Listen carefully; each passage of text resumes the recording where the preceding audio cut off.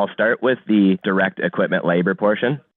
That is found in the exact same place that you would do your employee time.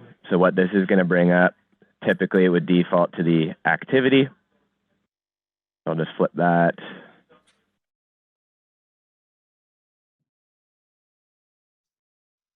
So I have my list of employees all to the left.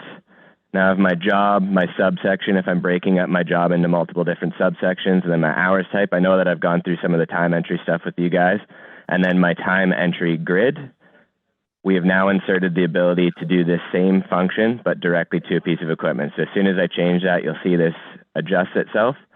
Still selecting my employee, but now I have the ability to select from a drop down of all of the existing equipment.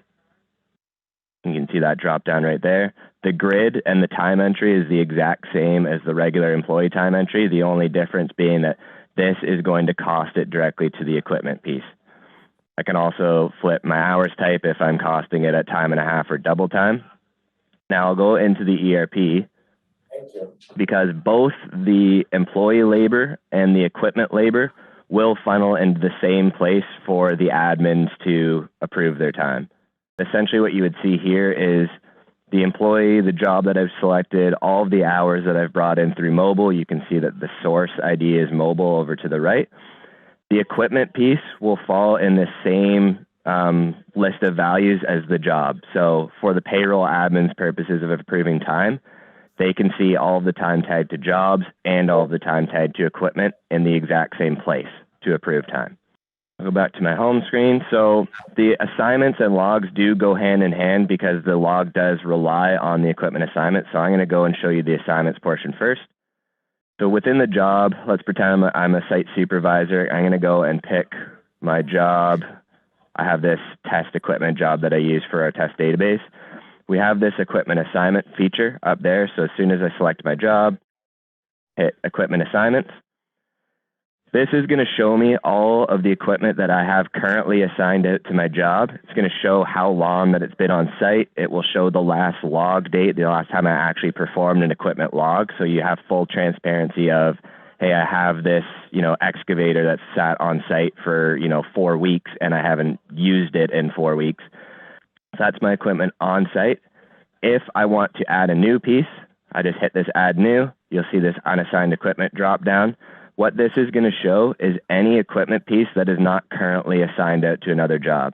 So that's going to restrict my ability as a user to go and pick something that is on somebody else's job until they actually return it from their own job. So this is all of the free to grab equipment, if you will. Won't grab any of those. So with my existing equipment, I do have a couple different options for how I can handle those when I don't have it on site anymore. If I simply want to return it and I'm not moving it to a new job, I'll just pick this guy at the top. I just hit this return. It's going to ask if I want to return it. And then as soon as I refresh, you'll see it move off of my list. And then it will essentially be available in the add new section for any other user or job to then go and assign it out to their job. If I want to move it to a different job, let's say I know where it's going and I'm going to be coordinating shipping it to a different job, instead of returning it, I can actually move it from one job to another, and I'll just pick this top job, hit submit, and again, once I refresh, you'll see it move off of my job. Now when I flip my job to the job that I sent it to, you'll see it exists in this incoming equipment. So this is all of the equipment that already exists on this job. This is the one that I just sent.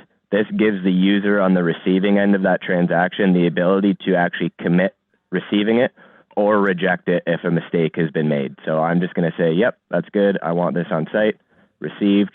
As soon as I refresh it, it syncs down to the ERP, creates all of the transactions that I need to, and then I'm good.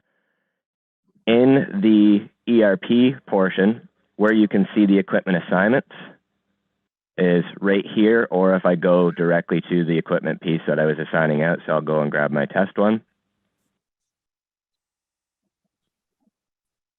I can see all of the previously assigned transactions, so all of the old jobs that I've assigned it to and returned it to.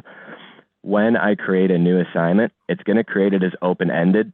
That's because we didn't want to force the user in mobile to have to specify an end date, like I'm signing it out for exactly 2 weeks. We keep it open-ended because it exists on my job until I tell it otherwise. Until I create that transaction to return it or move it in the mobile app, it will remain assigned out with an open-ended end date. Now that I have all of my equipment assigned to my job, everything looks good. The last portion and the other main portion that we've instilled since we last spoke is equipment logs. So you'll notice that the screen looks very similar to our regular time entry, but this is not mechanic time. This is me utilizing the equipment piece and costing the equipment's time to the job. So I'm going to do my test equipment piece. I know that I have it assigned to a job. You'll notice that this dropdown is going to be limited to only the job or multiple jobs that I have it assigned to within the week that I have selected. So if I have it moving from job to job every day of the week, my dropdown list of jobs will populate each job that it was assigned to within the date parameters that I have specified. Right now, I only have it assigned to the one. Now, the time entry is done the exact same way that you would do regular time entry. And to your question, all of the different activity codes that will be linked to cost codes is where you're going to be allocating how you're costing that time.